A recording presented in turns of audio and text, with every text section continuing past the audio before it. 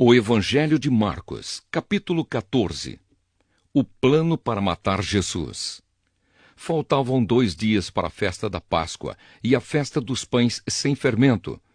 Os chefes dos sacerdotes e os mestres da lei procuravam um jeito de prender Jesus em segredo e matá-lo. Eles diziam: "Não vamos fazer isso durante a festa, para não haver uma revolta no meio do povo." Jesus em Betânia. Jesus estava no povoado de Betânia, sentado à mesa na casa de Simão, o leproso. Então uma mulher chegou com um frasco feito de alabastro, cheio de perfume de nardo puro, muito caro. Ela quebrou o gargalo do frasco e derramou o perfume na cabeça de Jesus. Alguns que estavam ali ficaram zangados e disseram uns aos outros: "Que desperdício! Esse perfume poderia ter sido vendido por mais de 300 moedas de prata, que poderiam ser dadas aos pobres." Eles criticavam a mulher com dureza, mas Jesus disse: "Deixem esta mulher em paz. Por que é que vocês a estão aborrecendo? Ela fez para mim uma coisa muito boa, pois os pobres estarão sempre com vocês, e em qualquer ocasião que vocês quiserem, poderão ajudá-los. Mas eu não estarei sempre com vocês. Ela fez tudo o que pôde, pois antes da minha morte veio perfumar o meu corpo para o meu sepultamento. Eu afirmo a vocês que isto é verdade. Em qualquer lugar do mundo onde o Evangelho for anunciado, será contado o que ela fez, e ela será lembrada." Judas trai Jesus.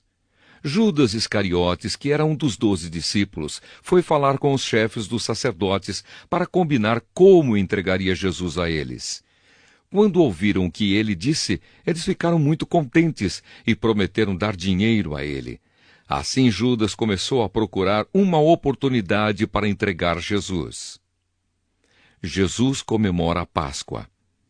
No primeiro dia da festa dos pães sem fermento, em que os judeus matavam carneirinhos para comemorarem a Páscoa, os discípulos perguntaram a Jesus: "Onde é que o Senhor quer que a gente prepare o jantar da Páscoa para o Senhor?" Então Jesus enviou 2 discípulos com a seguinte ordem: "Vão até a cidade. Lá irá se encontrar com vocês um homem que estará carregando um pote de água.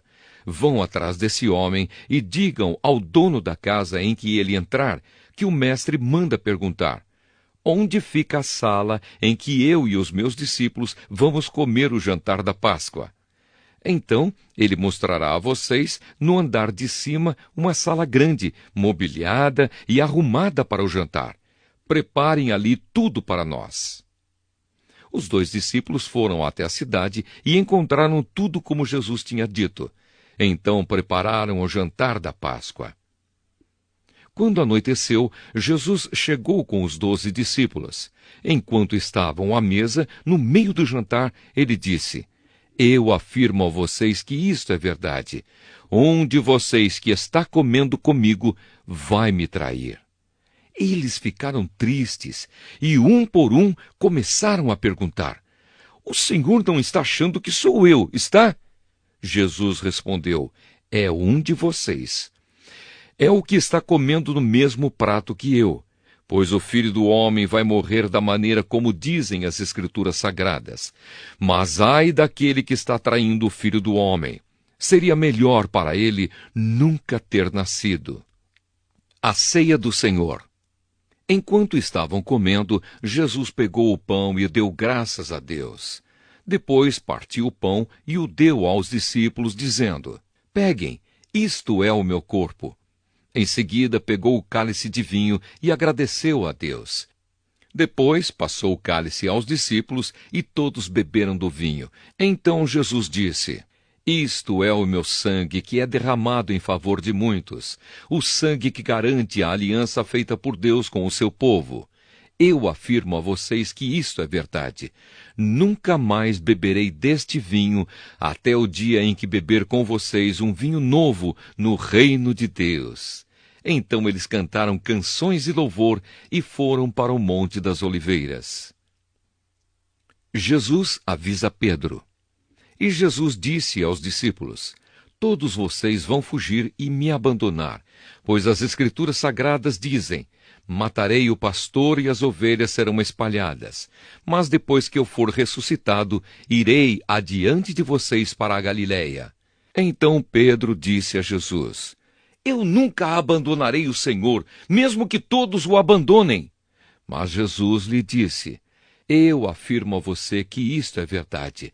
Nesta mesma noite, antes que o galo cante 2 vezes, você dirá 3 vezes que não me conhece. Mas Pedro repetia com insistência: Eu nunca vou dizer que não o conheço, mesmo que eu tenha de morrer com o Senhor.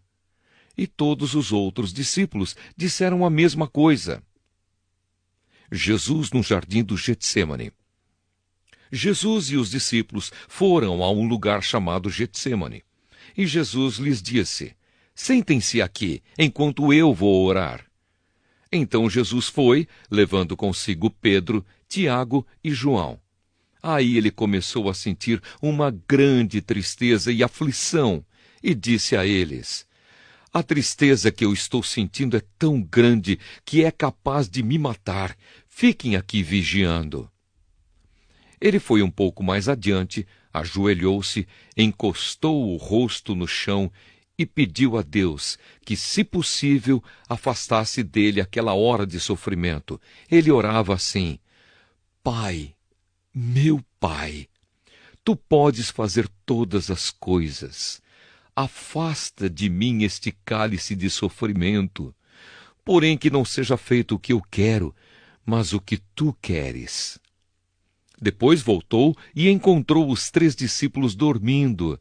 Então disse a Pedro: Simão, você está dormindo?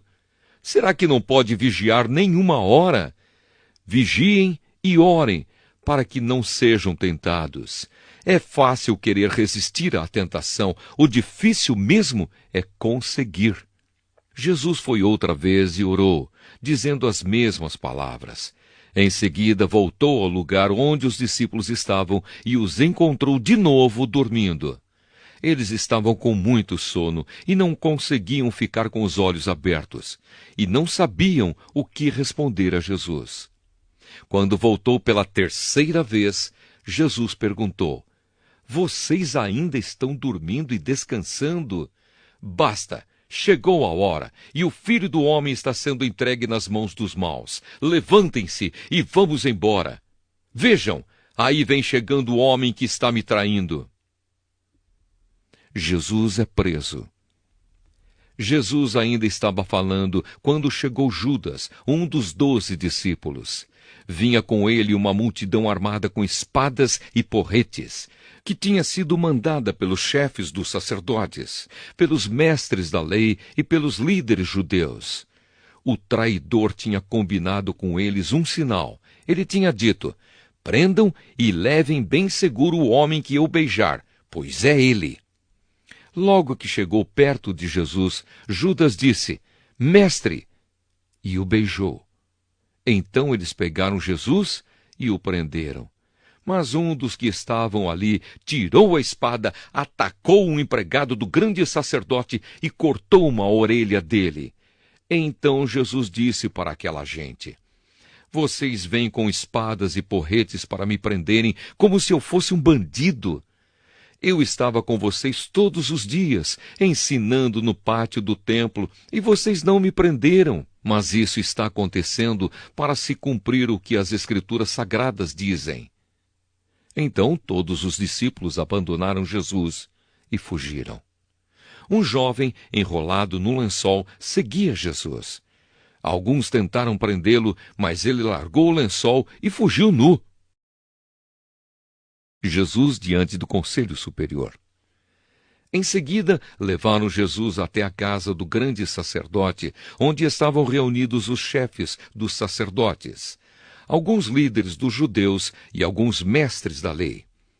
Pedro seguiu Jesus de longe e entrou no pátio da casa do grande sacerdote. Ele sentou-se perto do fogo com os guardas para se esquentar. Os chefes dos sacerdotes e todo o conselho superior estavam procurando encontrar alguma acusação contra Jesus, a fim de o condenarem à morte. Mas não conseguiram nenhuma. Muitos diziam mentiras contra ele, mas as suas histórias não combinavam umas com as outras. Alguns se levantaram e acusaram Jesus com mentiras. Eles diziam: nós ouvimos quando ele disse: vou destruir este templo que foi construído por seres humanos e em 3 dias levantarei outro que não será construído por seres humanos. Mesmo assim, as suas histórias não combinavam umas com as outras. Aí o grande sacerdote se levantou no meio de todos e perguntou a Jesus: você não vai se defender dessa acusação? Mas Jesus ficou calado e não respondeu nada. Então o grande sacerdote tornou a perguntar: você é o Messias, o Filho do Deus bendito? Jesus respondeu: sou. E vocês verão o Filho do Homem sentado do lado direito do Deus Todo-Poderoso e descendo com as nuvens do céu. Aí o grande sacerdote rasgou as suas próprias roupas e disse: não precisamos mais de testemunhas. Vocês ouviram esta blasfêmia contra Deus. Então, o que resolvem? Todos estavam contra Jesus, e aí o condenaram à morte. Então alguns começaram a cuspir nele, cobriam o rosto dele, davam bofetadas nele e perguntavam: quem foi que bateu em você? Adivinhe! E também os guardas o pegaram e lhe deram bofetadas.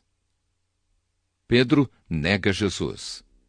Pedro ainda estava lá embaixo no pátio quando apareceu uma das empregadas do grande sacerdote.